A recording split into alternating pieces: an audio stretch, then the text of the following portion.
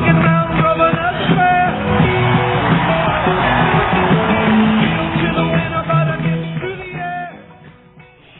and welcome to Stranger Stopping Strangers, podcast number 30.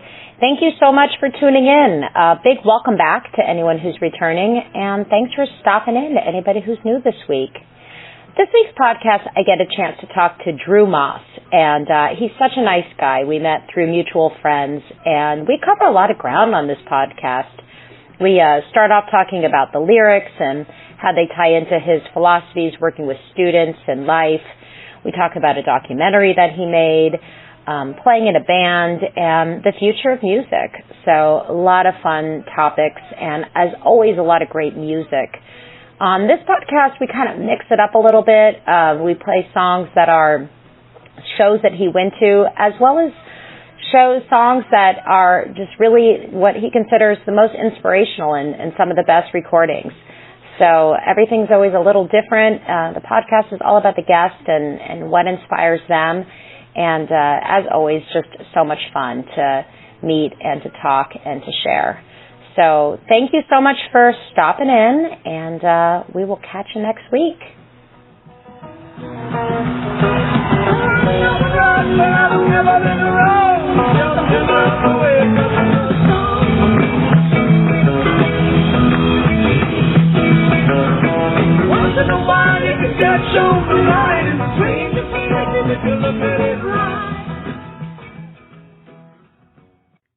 Well, Drew, welcome to Stranger Stopping Strangers.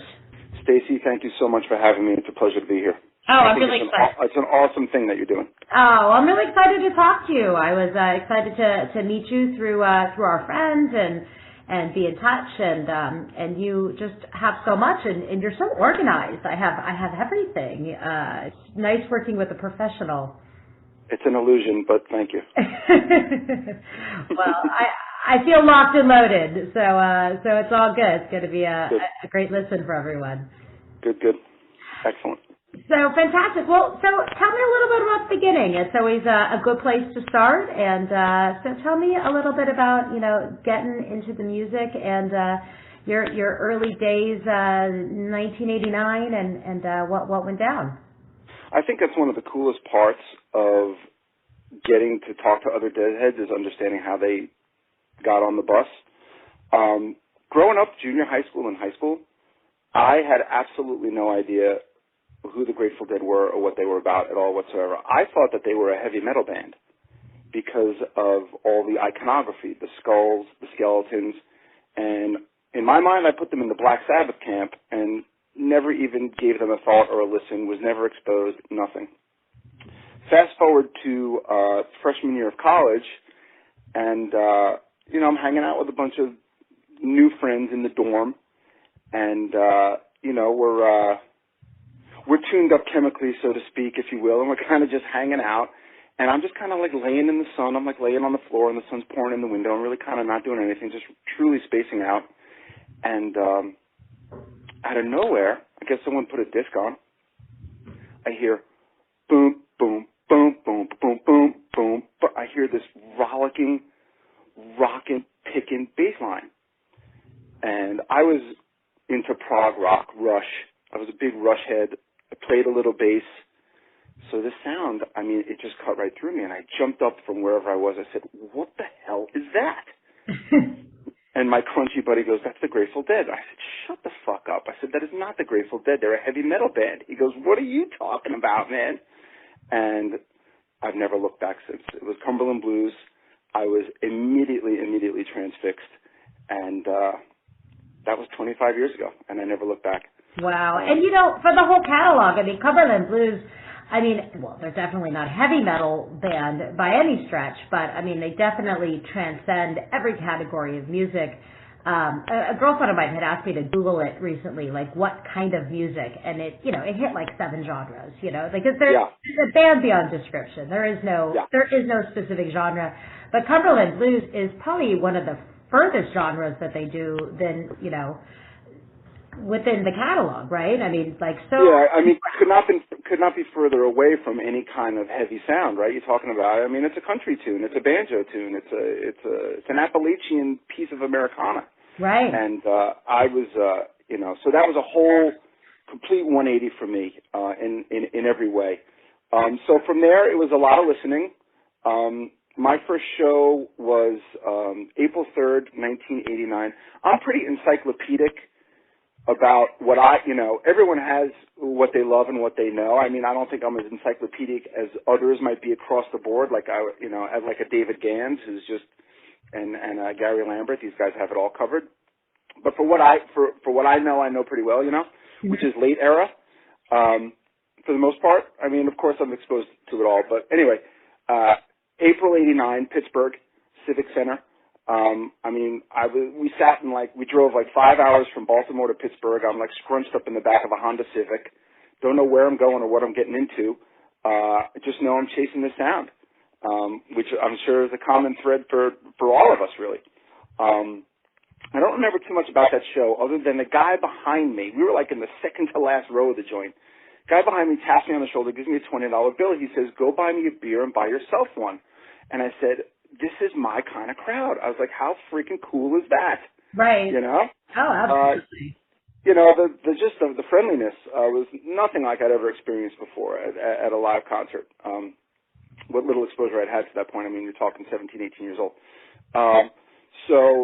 I still don't see that kind of friendliness anywhere else, right? Oh, no way. Forget about it. It's a totally unique, we'll get to that later, but I mean, not that it's any secret to anyone who's listening. We're all of like mind. But that opened my heart, So my ears are open at this point. My eyes are wide open. My heart's wide open. Just in time for summer of '89, which is when things really, really changed for me in a big way. For better or worse, no judgments. That was the first time I really got into heavy psychedelics.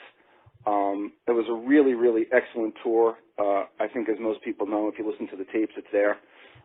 Really hot as hell, too. I mean, you had that whole, swampy, intense, outdoor stadium Grateful Dead experience, which I think Dead and Company, I mean, that's the magic.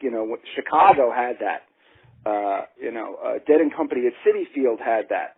Mm-hmm. So that's one of those landmarks, one of those touchstones, is that big Mondo stadium feel, which, if you read and you do the research, they weren't so much in love with that experience because I guess they felt detached from their audience and whatever. But I can certainly say that I felt no detachment at all whatsoever. So, it was Foxborough, Buffalo, Giant Stadium, JFK, Philly, and just onward and onward from there. I was on board, right up till the very end, right up through 95 and beyond, all the Rat Dog, other ones, all the different permutations that have been out there since. So, it's been an amazing ride.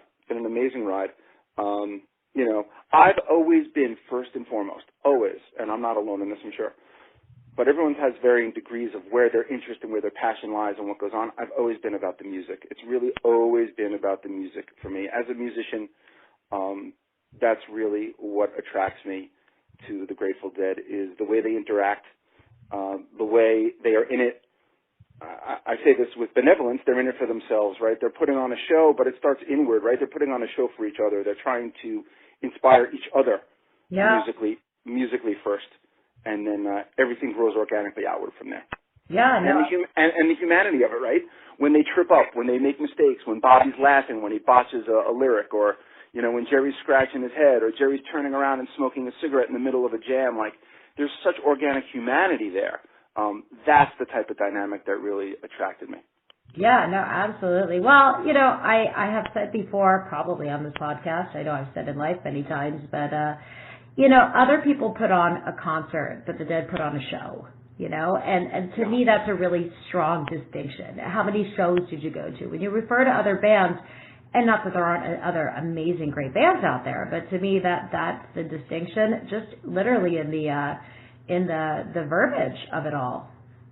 I agree with you. And even just a simple phrase like "have a great show." Think about the magnitude of that very simple comment. What you're saying to your brother or your sister next to you is we're in for an adventure here. And what's cool is your adventure could be we could be sitting next to each other and have a completely identical show, or we could have a completely different show. And again, that speaks to the power, I think, of the music and the band's ability to get to the heart of get to the zeitgeist, right? Get to the collective, but at the same time, get to each and every individual. And the individuals are responsible for that as well. And the band, as they've said ad nauseum, they'd be the first to tell you that they're acutely aware of that dynamic. And I think that's definitely unique in contemporary modern music, really. Well, I totally agree. And let's go into the first song, because we got a bunch of stuff to talk about, a bunch of songs. So, on the podcast, everybody rolls it a little differently. I mean, this podcast it's really for you. It's for the listeners. It's for you. It's your story. There are no rules. So sometimes people play music that would go along with their show. So people here are probably expecting us to bust out, 4-3-89, Pittsburgh, great show. But we're not. We're gonna go deep back a little bit, and we're gonna play the Cumberland Blues. So we should go back to the top, baby. We're going to go all the way back to the top, and then going to roll it back forward. So let's the music start at the beginning, and then we're going to go into some of the live shows you saw down the road. So listeners, there are no rules on Strangers Stopping Strangers. We're just going to keep mixing it up on every podcast. Whatever is your inspiration is what we're going to play. So here we go. So this is people I'm sure have heard this, because this is an amazing recording, and it's just a smidge over 5 minutes, so I think we will definitely get the whole thing in. And Cumberland Blues, and this is from 4/8/72, played out in London on Europe 72. Rock it. Rock it. All right, everybody enjoy, and we will be back.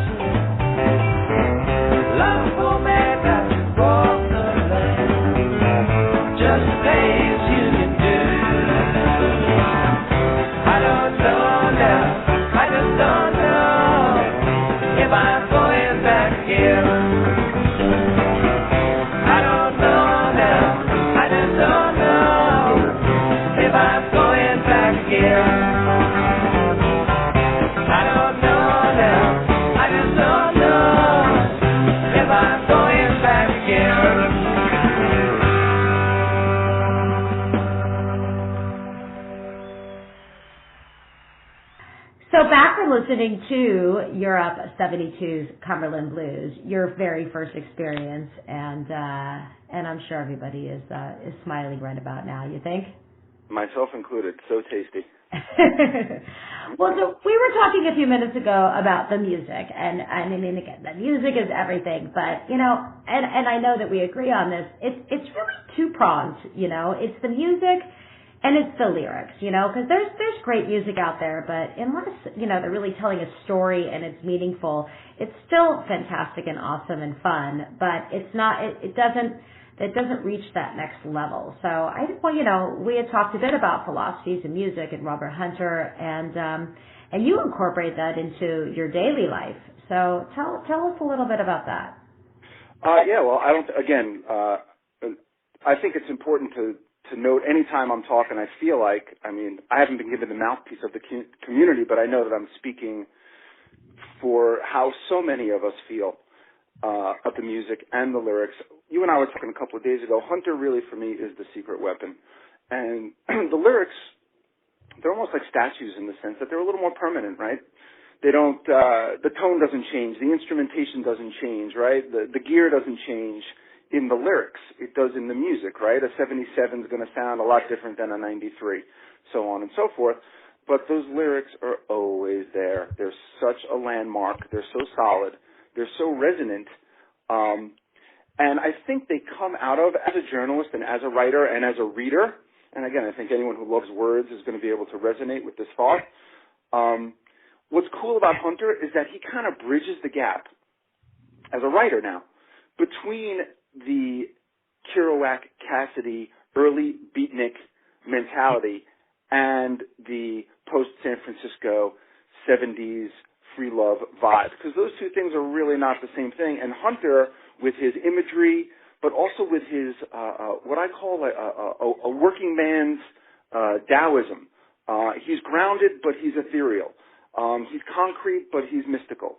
And that's the perfect veil, I think, or the perfect statue that the music can kind of blow around like a wind.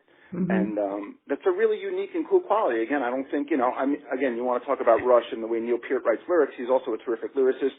Lou Reed's another one. He's a poet. Dylan, of course, is someone that you have to mention in that type of a conversation. But, you know, Hunter's look on life is really unique. This idea that one day the light could be shining on you completely and the next day you don't have a clue. I mean, again, talked about it a couple of minutes ago. There's just something incredibly deeply human about the way they express themselves. All the magic, all the flaws, all combined. And that's powerful and refreshing. For me, in my work, as my primary gig as a test prep specialist, as a tutor and a college advisor, it's really interesting because it is that piece of humanity, that holistic look, the ups and downs, and be able to smile through it all, right? That I try to bring to the process when I work with kids who are not exposed to these types of philosophies. Obviously, maybe their parents are, right? But the kids aren't. And the kids are so swamped with what they're trying to accomplish. Here on Long Island, very competitive, a lot of kids spending a lot of time, a lot of energy, a lot of sweat, a lot of anxiety, a lot of money trying to reach those elite college dreams, right? So, and I'm in this privileged position to be able to provide help. Now, I could sit there and just grind on special right triangles and grammar and make it dry and boring and add another layer of pressure, right? For whatever reason, because I am who I am and I come with the skill set and the philosophy that I come with, I try to go the other way. And while I'm not consciously preaching Grateful Deadness to these kids, I think the idea of, hey, you're going to have your ups and downs. Life someday is going to be gold. Life someday is going to be garbage. The sun's going to come up the next day. Things are always going to work out for you. A lot of those experiences that come from like being out on the road, right? Touring, being down to your last freaking $5 or being on top of the world 10 minutes later. Those types of experiences, I think, filter into what I do and filter into my overall philosophy so that I can sit with a kid and say, hey, listen, if you apply yourself, if you lead with your best intentions, good things are going to happen at the end of the day. And I think there is real Grateful Deadness to that. It's like, hey, you got to be along for the ride. You got to trust the journey. And here's my favorite, and this isn't mine. I read this elsewhere on another book about the boys. I think it might have been Business Secrets of the Grateful Dead or something like that. But the Grateful Dead had this incredible ability to plan and act at the same time. And that's a really, really useful philosophy, I think, for students. Yes, you want to prep. Yes, you want to prepare. But you want to stay light on your feet, and you want to stay light in general. Don't be a prisoner to your own policies. Don't be afraid to improvise. And don't be afraid to make a mistake. That was the beauty of the Dead, right? Completely unafraid to make a mistake.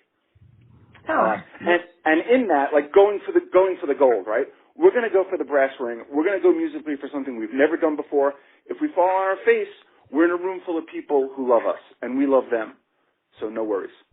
No, I think you learn just as much from your mistakes as you do from your wins in everything in life, and I think it's so important to teach.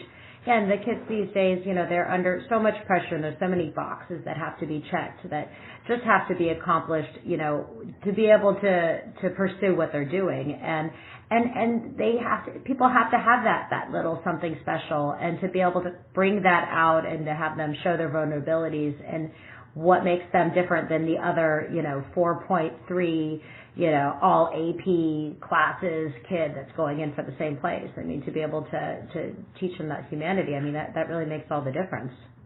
You really nailed it. And it's interesting that you mentioned that last piece about just something clicked for me. And you're talking about data and grade point and this and that. If you line up 20 students and they're all the same on paper, what's going to differentiate them when they try to get into college? It's going to be that essay, right?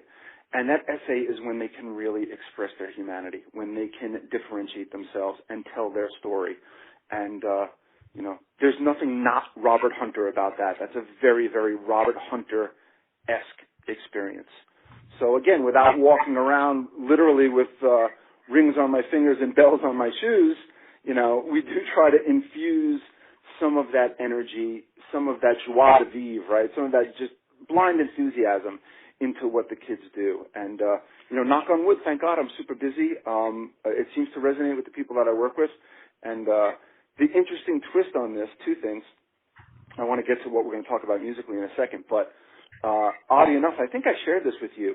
There was a passage on the ACT reading in December on the Grateful Dead. Really?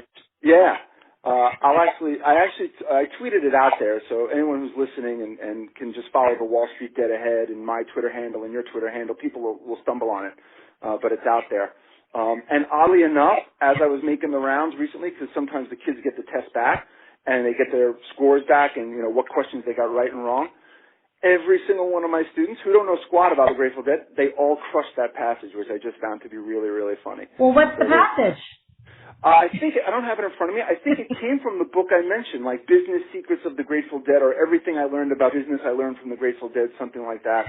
Okay. And really the spine of the piece was about Grateful Dead's business practices, how loyal they were to their fan base, how they gave it away for free in order to build brand loyalty rather than try to suck every dime out of people that were interested in their music. And as you and I and so many people know, that worked famously well. Absolutely. So when I'm driving around, right, Deb Solomon, who we'll talk about her in a little bit, she's a miracle, but when she and I first got to talking, and, one of the things with Wall Street Dead Ahead, as you know, is like she wants to know everyone's favorite Dead song, and I was like, you got to be kidding me. It's Sophie's Choice. She's like, trust me, I need to know. I said, well, all I can tell you is that I've been listening to 7789, the first set, on a constant loop in my car for the last 2.5 years. I haven't stopped. I can't get off it.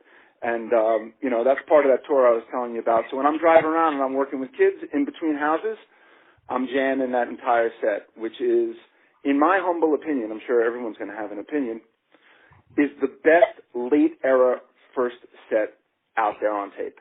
It is just so electric. Add a Star, I was at the show, but, and it's it's Red, White, and Blue. Just furious playing wire to wire. You got Bucket, Ico, Rooster, Ramble on Rose, Memphis, Loser, Let It Grow, Blow Away. I think that's how it goes. Wow. And just the playing is just absolutely ferocious. But that Hell in a Bucket, man, they just come out. It's a total stampede. And everyone's tone is perfect, and Jerry's way, way into it, and Bobby's spitting fire. And the bass, anyone who's listened, I'm sure many people out there have, bass is turned up for the entire gig. I mean, you can really hear Phil, loping along. So, pretty powerful. Well, let's hear it. You got me all pumped up. I think everyone's pumped up. Let's go into it. So let's, because your copy's all worn out. So, we're going to give you a fresh loop of it to go into. So, I'm going to call this one, and this is Hell in a Bucket, July 7th, 1989, Philly. Woohoo!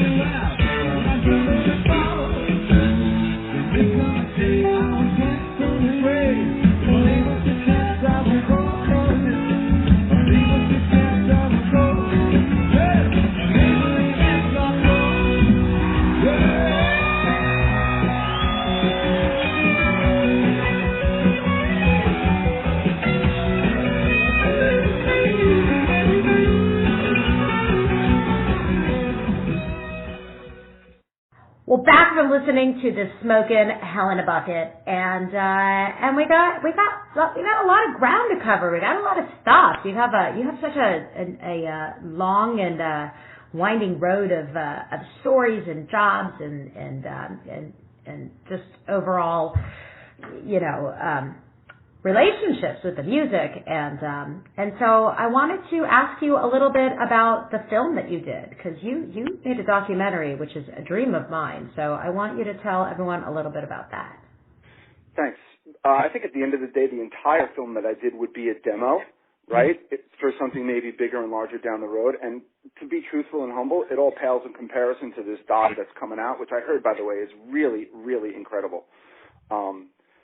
The one that's going to Amazon that was just at Sundance. But as far as mine goes, my fascination, my angle was about the afterlife of the Grateful Dead. It was about all of these arts and all this cool stuff that's still happening, and how after Jerry's death, the ball was never really dropped at all, and not just by Bobby and Phil and Mickey and Billy and whoever else, but the Dark Star orchestras of the world, and all of these other cover bands really around the country that have really picked up the ball and are running with it in a really, really sharp way with a lot of integrity and, quite frankly, with a lot of good sound. I mean, if it doesn't sound good, it's not going to draw listeners and people's ears aren't going to be turned on. But a lot of these bands and a lot of these musicians are doing a really, really incredible job. So I wanted to pursue that cinematically.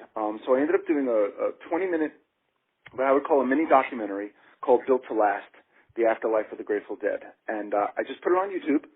I didn't try to monetize it in any way, shape, or form. It was really just a love letter to what was going on. And I took this as a compliment. It eventually got shut down on YouTube. It went viral immediately, was getting absolutely pounded, and my understanding is what happened is it got the attention of the YouTube advertisers, and shame on me because I used found footage, other stuff on the internet and on YouTube in the documentary. They shut it down. But I was okay with that. I wasn't really trying to. I would like to have had more people see it. But for me, it was mission accomplished, which was to just get it done. And it was an interesting process because before I started, I did try to be responsible. I reached out to some of the parties that I think would have a say with respect to publishing and copyright issues, all of which is a very, very complex matrix of weirdness. But the Alan Trists of the world and Blair Jackson and Dennis McNally were all people that I spoke to. And it was interesting. In what I found to be very, very true Grateful Dead fashion, they weren't necessarily proactively helpful, right? They didn't say, oh, I'm going to help you do this, or I'm going to help you do that. But kind of more importantly, and I think this is really, truly Grateful Dead-esque, they didn't stand in the way, right? It was like, we're not going to help you do it, but we're not going to stop you from doing it. You have an idea, you want to try something, you want to execute, go for it. You have a question, we're here to answer your question. We're not here to stop you. We're not going to proactively help you bring your vision to life, but we're definitely going to give you the opportunity. If you want to go and pursue something, we're not going to stand in your way, which was more than enough for me. And I was really proud of the piece. There's still a trail if you Google Built to Last, Afterlife of the Grateful Dead. It's there. But talking to those guys in and of itself was a really cool experience. Alan Trist, in particular, who's been there from the very, very beginning. I mean, I think he was in the car crash with Jerry back in the early 60s. I mean, I think they were both in that infamous car accident. Wow. He's a wonderful man. And he did spend a lot of time talking to me about, the nature of what it was I was trying to do and where the pitfalls might be. But again, at the end of the day, because he is the governing body of Ice 9 Publishing, he basically greenlit me. He said, listen, go do whatever it is you want to do. He did see the documentary. He did love it. And in a way, that was enough for me. McNally, too, he really liked it. Blair liked it. And that was enough. And some of the musicians who saw it, they got it out there. They really liked it. Jeff Mattson was instrumental from Dark Star Orchestra. He played a big role in it. Mark Caron from That Dog. So all of that stuff was really, really fun. That is so cool. And, I have to say, in hearing your story and the way you articulated it, I have a really similar story, and I won't be too long-winded, but I don't know if I've ever really talked about this on the podcast, but, when I started this podcast, it was, I think people who have been following along with bits and pieces, I have no experience whatsoever with this at all in any way, shape, or form. I have a couple of kids and work in a different industry and decided to jump into the conversation. So took kind of a similar route, and Dennis McNally, whose name you had mentioned, and I'm going to mention him, I emailed him, and he emailed me back. We emailed a couple times, and he said, sure, I'll talk to you. And the way you articulated it was so absolutely perfect. I like to refer to him because I say, well, we talked, and then we talked again a couple months ago, and actually since we've met for coffee, and I would consider him a friend now. Like, he's amazing. But from the very first conversation last May, he didn't do anything, but he was really supportive and kind and thoughtful and helpful. And I call him the Dumbo feather, like when Dumbo jumped out and they had that feather and, that's all he needed was that feather. And all I really needed was Dennis saying, yeah, it's a great idea. You should totally go for it. Yeah. I mean, I think he connected me with one or two people but has, I think, watched this grow again as a friend and supportive and very similar experience where it's not like anybody put it out there, but everyone's been so encouraging and supportive and it's everything. It shows you that they're through and through, that they don't just talk the talk, all of them, the whole scene. They walk the walk. They really do come from this place of, yeah, man, go for it, We're not going to stop you. We're all about going for it. But go do your own thing. But that being said, I'm not going to hold your hand. I'm not going to hold your hand, but like go boldly into the night, and report back to me. Let me know how you make out. Totally. Well, I have to say I had the exact same experience. So nothing like a little consistency with people, right? Yeah, you just want someone to be thorough and real, and as you just said, anyone that we've come in contact with has been that. And for me, on the journalism side, on the writing side, so this is my favorite. I did a bunch of features for Long Island Pulse magazine, which is a gorgeous print and online publication. It serves the metropolitan area. My first piece with them, this is going back 2012, maybe 4 or 5 years ago, was a cover story on Mickey Hart. So first time I'm ever doing a feature for the magazine, I'm on the phone with my idol, and I'm a drummer. So, I love them all, but Mickey to me is really, really special. And so that was just a flat-out dream come true, but he said the most amazing thing to me. We're on the phone. We're just getting settled in, much like you and I were earlier on this podcast. And I asked him some kind of preliminary question. We were just getting lined up. And he said to me with total honesty and earnestness and such simplicity, he said, Drew, I'm here for you. And I was like, he meant it, man. Like, it went right through my cells for whatever reason. And it wasn't like, wow, Mickey Hart's here for me. It was just like, this friggin' guy is up for really, really helping me do something cool just by being present and giving of himself and sharing his knowledge. And I've never forgotten that. And again, to tie it back to the tutoring thing, if I sit with a kid, I truly want to be present for that kid with the mindset of, I'm here for you. And it made me realize, like, wow, Mickey Hart, for all of his insane greatness, at the core of it is a man of service. And I found Bobby Weir on the phone to be the same way. I found John Mayer to be the same way as well. And you could say, oh, well, of course it's self-serving because they're getting promoted. Does Mickey Hart or Bob Weir or John Mayer really need a journalist from Long Island Pulse to promote them? I don't think so. I think it's just that these guys are wired to be present and to acknowledge the people around them as equals and with kindness and benevolence and not look down their nose at anybody. And it's not even some kind of extreme magnanimous gratitude. It's just simple, grounded, again, I'm going to use the word, humanity. They're just real dudes. And well, I think it's part and parcel with the first part of the conversation. You have to wonder, how can you exude that kind of energy and connect with a stadium of people, right? A whole stadium. How do you connect with a stadium of people unless you are tuned in, I love it. You're so spot on there. It's exactly right. I think the whole thing is connected. So I want to hear some music. You picked a show, and I'm looking at the show, and this show is like the one. And so I know everyone always loves to listen and hear from it, but tell me a little bit about why you picked it and what we're going to go into. So I don't know if it was played on the podcast before, and I don't know if it's cliche or not, but I really don't care. If it's cliche for a reason. For me, and for all of our Jewish deadhead friends out there who might appreciate this reference, for me, Cornell is the Torah. It is the sacred scroll. We really could have gone anywhere in this show. Obviously, some of the pieces are longer than others. The whole Scarlet Fire situation is a world beater. That whole 17-minute dancing in the streets at the end of the first set also.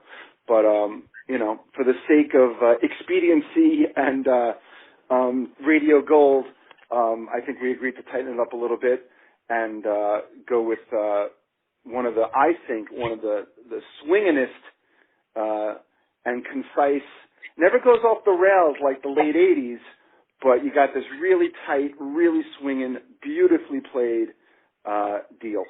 So I thought that we would listen to that. And I just love that song. I mean, again, it goes back to, I was talking earlier about lyrics, and you know, I feel like the lyrics transcend your life. I mean, wherever you're at in your life, the lyrics catch up with you.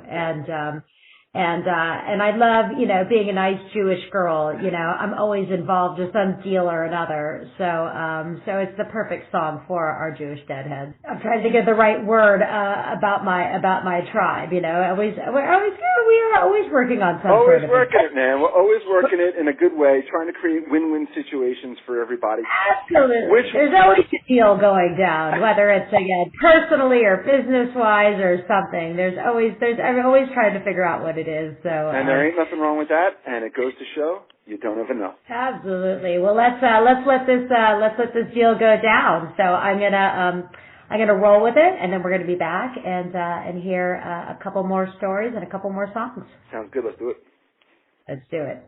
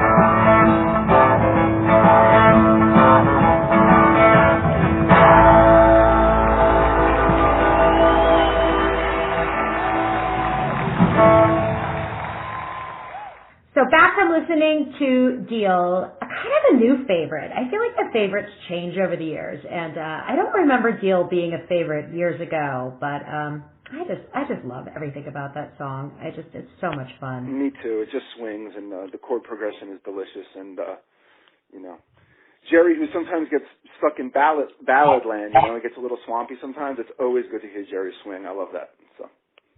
Yeah, I absolutely. Well, so you have kind of touched on that you are a musician, and I know that you participate in the jams and amongst other things. So tell me a little bit about how we met was through Deb, and gosh, Deb, this was hey girl. This is like the third or fourth podcast. So we could do a whole podcast on Deb, but let's see if we can condense it real quickly, because she really is. I mean, I'm preaching to the converted right now when I talk to you. I know that. I mean, she's a miracle worker. She's just one of these angels. I met Deb completely out of the blue. I read the article in Rolling Stone about Wall Street Dead Ahead, and I reached out to Deb completely out of the blue. I don't do business with her. I don't do business with anyone she knows, nothing. And we just completely, totally hit it off. And here she is bringing me into this amazing world. You know the old cliche, like when you're growing up, you don't make new friends, like you have your friends and you have your family and you roll on. Well, that cliche has been completely blown wide open for me, because I've met an amazing group of such kind, funny, hardworking, diversely talented people that as recently as 6 months ago, I didn't know any of them, and now they're all part of my life. That's a miracle. And that's Deb. Deb just simply walks through life being herself and creating, I just mentioned it a couple of minutes ago, creating win-win situations naturally, organically. It seems completely effortless to me what she does. And I'm in awe of it. She's also ridiculously shrewd. She doesn't suffer fools. She doesn't fuck around. She knows how to get down to business and get things done, and she does it with a smile and a ridiculous amount of organic happiness. And to me, that's a miracle and a real, real blessing. Right now, the fact that we're on the phone right now having this conversation and doing this podcast, that's all about Deb. So. Oh, absolutely. And absolutely. And not the first and won't be the last, because I'm meeting all these amazing people, and Deb is going to continue to be a Common Core because she's the person who's introduced me to people. And then it's like it's a tree that spuns out with all these different leaves and branches to all different people who all come from their own story. But she's been such an amazing conduit to meeting all of these amazing people, and so yes. And a friend. I'm going to go stay with her in a couple of weeks. Just a cool chick. And has a full-time job aside from all of this too. It's quite amazing. It's quite amazing what she does. And so as a spin-off to the whole network in general, as you mentioned earlier, is the whole jam session, which has been a big room, right? A lot of people have been invited to this jam. Started out maybe, I don't remember the number, 15 players. It's expanded. We kind of rotate in and out, but we have this awesome space on the west. I'll plug Carol's, why not? Carol's rehearsal studio on the west side of Manhattan. Big, beautiful room, 2 drum kits, tons of top flight gear, and once a month we pile into this room, and we just light it up, and we just start ripping through the catalog, and it has been amazing. Listen, I'm not a professional musician. I can hold my own. I have no problem saying that. I was blown away by the quality of play. Really, really high level. We sat down and we were flying. I couldn't believe it. I was really, really pleasantly surprised and encouraged and, quite frankly, totally inspired by what was going on there musically. And if you want to spin it right into the next tune we're going to play, one of the tunes that we sat down, and you got to remember, this is a bunch of strangers who sit down in a room. We share the commonality of the music, right, which is a big binding force, but, sitting down to play. You're not practicing together. You didn't grow up together. You're just being thrown in with the same heart, soul catalog, but you don't have any previous band experience together as a band. That's correct. So to see this thing take off like that, or hear it take off like that, or both, was a revelation. But the first tune that I sat in on that really lifted me out of my chair was the tune that you're going to play right now, and I'll actually turn the tables on you, and I'll let you introduce the tune this time. But this is the one the first one of many at the Wall Street Dead Ahead Jam that really lit a fire under me. So go ahead, I'll hand it off to you. Okay, well, we're going to go into Truckin, and everybody loves the Truckin. Yeah. So you selected Truckin from November 29th, 1980. So that's the year, that's the date, and Truckin is the tune. So so much fun, so many different directions this song can go, and so many directions it goes, so many places it takes you to. So let's all go in and enjoy and listen, and we come back and we have one more little thing we're going to talk about, one more song, and everybody enjoy and keep on trucking.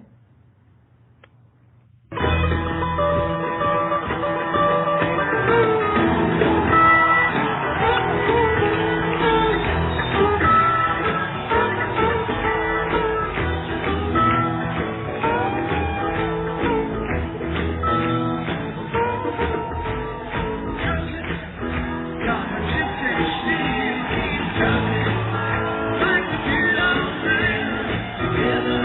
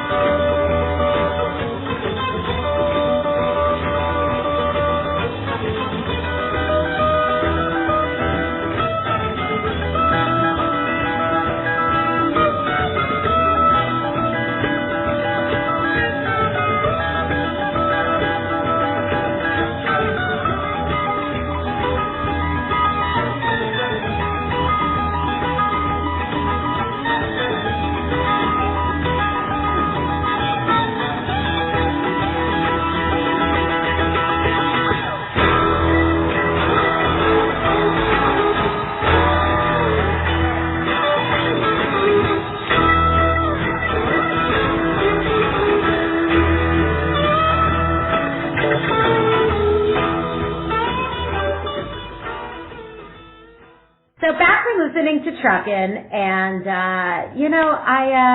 it's so funny how like everything it's so forward and so serendipitous. We were just chatting a minute ago about coming into New York and hopefully getting to meet, and I'm coming in for Tree of Life. Rob Rawson was on the podcast 23, and talked about it. It's a charity event for Ferncliff Manor, and it's coming up. And back in December, that seemed like it was, eons away, and now it's just in a couple of weeks. So it's this great, bunch of artists, and we wanted to talk about, what do we got to look forward to, and what your thoughts are on all of these great bands, and the Dead and Company tours, and so tell me a little bit, Drew, about kind of what your plans are, what your thoughts are. Yeah, I think it's really cool. We talked about this off the air a couple of days ago. Also, Grateful Dead music is so interesting because it invites both extreme judgment and extreme non-judgment, right?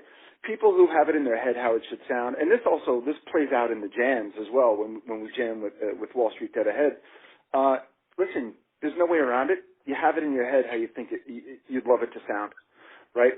But I think implicit in that reality, you have to understand that the way you hear it between your ears is only one way, right? And the Garcias and the Weirs and the Phils of the world would tell you the same exact thing. Hey, man, sounds completely different to me on stage than it does to the guy in the 5th row and the guy in the 500th row and the guy next to me, and so on and so forth.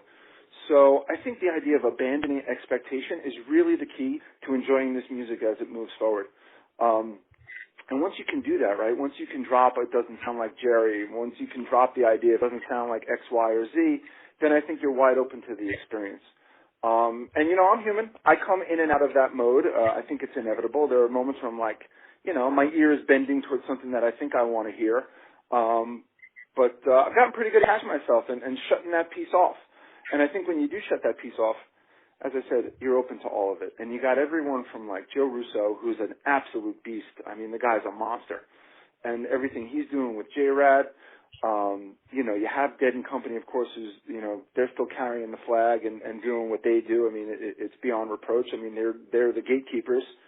So, they deserve the high praise that they've been getting. And I think real quick, and again, I had the true pleasure of talking to John Mayer about this. I think he's really injected a lot of life into the scene. I mean, absolutely. The piece I did, and I think when the podcast goes out, if people want to read some of the writing that I've done, the piece I did on Bobby and John, I spent a lot of time talking about, again, from my perception, how similar John and Jerry are. Not so much necessarily in the sound, right, but in the approach. I mean, John Mayer, he's a woodshedder. All this guy does is practice, practice, practice. And, on the surface, he looks like, anyone who's uninformed thinks that he's Jessica Simpson's boyfriend. Right, I was going to say, on the surface, not so much, right? I mean, from the visuals, like from the pages of Us magazine, I wouldn't put the pages of Us magazine. I don't think I'd put Jerry and John, like side by side with the Who Wore It Better. Who Wore It Best? No, I not. But when you scratch below that, I totally hear what you're saying, because that's not what you're saying. I mean, when you scratch below that exterior and you get into somebody, when you're watching them play, is just, I mean, they're into it. I mean, they're sharing with the crowd, but they're in their own head at the same time. Like they're going down a rabbit hole, and it's just so fun to be on the ride with them. And I think you could say that about both of them for sure. And that's what I learned. And what I learned is like that's what Bobby saw in John Mayer, and that's what Bobby said to me. Well, he was on a conference call. He said to all of us on the call, but he really saw in John this deep-rooted, this innate desire to be a student. And that's what Garcia was. Garcia was first and foremost a student. Yes, he was a teacher and a leader, but he certainly led from behind, and he was a practicer. I mean, all he wanted to do was play and play and play. And John Mayer is the same way. So he's really exciting. I think what they're doing is exciting. The only other thing, and they don't need, again, no one needs me to plug them, but I just want to give a quick shout out, and I want to mention Dark Star Orchestra, because to me, they are where it's at. You shut your eyes, man, and forget about they don't meet expectations. They set their own new, totally totally different expectations. I mean, I think they are just doing such a fabulous job of delivering on this songbook in a way that just elevates the whole experience. And I have this fantasy. In my mind, I feel like Dark Star is today the way the boys were like in the 70s, before the big stadium tours, before everything got out of control and tickets became impossible and everything became impossible. Back in the 70s, I would imagine, as I said, I fantasize, you drive up to the venue, you park your car, you smoke a J, you walk in, you go to your seat, the lights go down, and boom, game on. And that's what it's like. Yeah. That's what it's like with Dark Star. I mean, you just totally described the experience I had, because I saw them last November up in Northampton at the Kelvin, okay. and yeah, check, you know, exactly how it went down at this magical old theater that was big enough to be, you know, it's like, you know, like the Capitol Theater there, like you're playing a venue.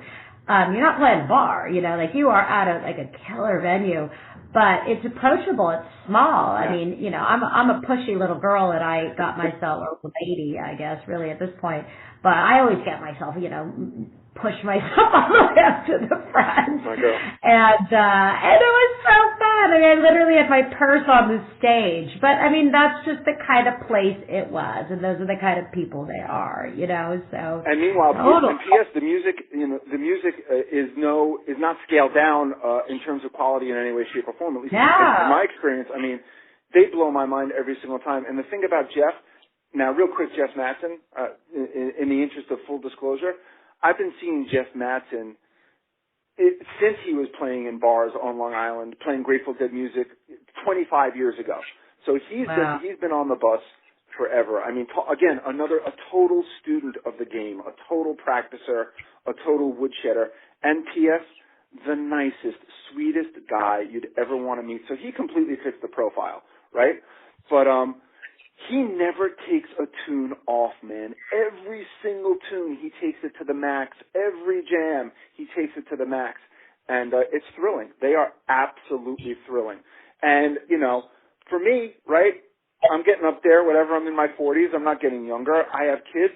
It's so heartening. It's so inspiring to know that as long as these guys stay healthy, we have a lifetime, a full lifetime of this stuff ahead of us. And to me, absolutely, that's really exciting.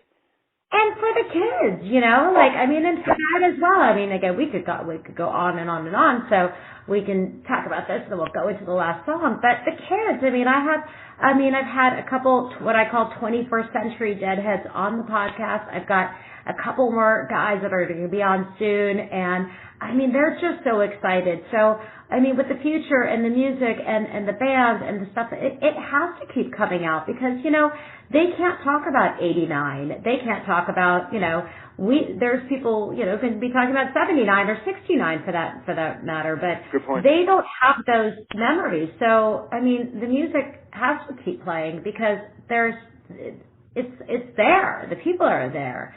So as long as all these guys, and again, I'll just single out Dark Star since we're talking about it, as long as they keep doing their part, like I'm so humbled and happy to report that my wife, who's a huge head, and our two boys, 8 and 11, they've been to shows, and we'll just keep doing our part, and we'll just keep the ball rolling and keep on trucking on. The last tune I think that we're going to do, speaking of 89, I think speaks to this idea, right? And speaking of this topic, this all was very, very organic, listeners, because here we are going into the last song, and this was not staged. No, it wasn't. So 89. No, your turn. I did the last one. Introduce the last one. Sorry. All right. So this one speaks for itself. I mean, I think it speaks for itself. It speaks for all of us. Love is real, not fade away. This is going back to 89, July 4th. I was at this show. This is a fantastic rendition of this tune. And I think what you want to do, if you're out there listening, pay attention to Jerry and Brent as they chase each other around in one of the outgoing jams before the end of the tune. Really, really fun. And for me, it's the way I think you would always want to remember Jerry. Just wickedly smart, articulate on his instrument, playful, energetic, daring, and quite frankly, just a shitload of fun. That's what it's all about. how fun. And I mean, my God, the 4th of July, I mean, the holidays. Yeah, no, magic. Just magic, right? I mean, just magic. So, right on. Well, let's go and play Not Fade Away, and then we're just going to come back for a very quick goodbye and enjoy. Rock on. Let's hear it.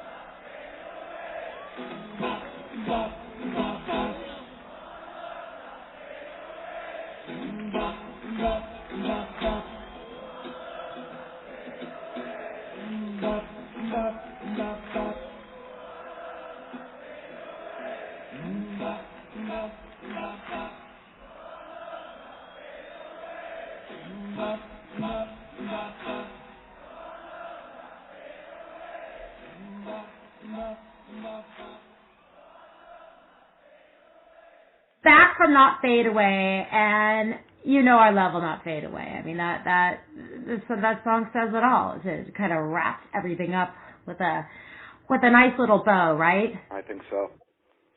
Absolutely. Well, thank you so much for coming on the podcast and you know, becoming a friend and getting to know you and sharing the stories. Thank you. Listen, I do have to say to you, I think what you're doing here, just like Deb, I think you're doing a real service for the community. I really do.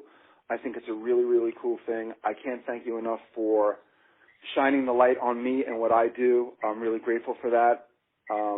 My hope is that the podcast gets out there. It's not about me, not about you necessarily, but again, just gives everyone out there an opportunity to continue to share and be part of this ongoing story that really unfolds under this amazing umbrella of music. I think you're doing an amazing job.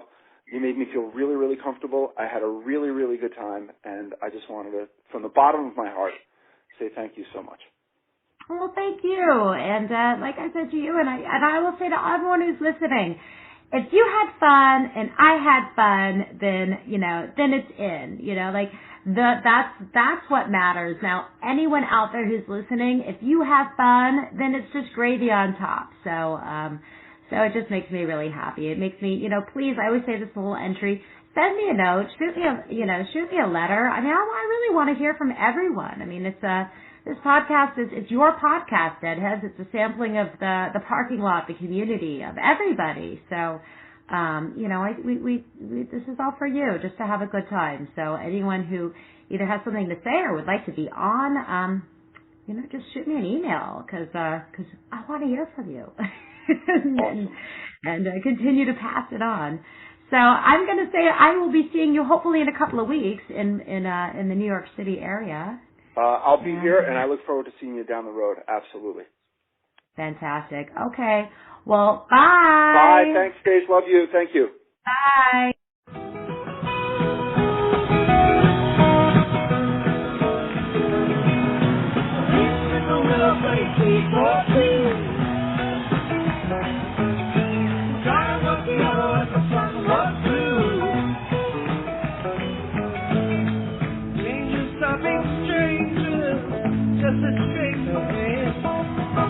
Everybody's playing in the heart of Golden Land.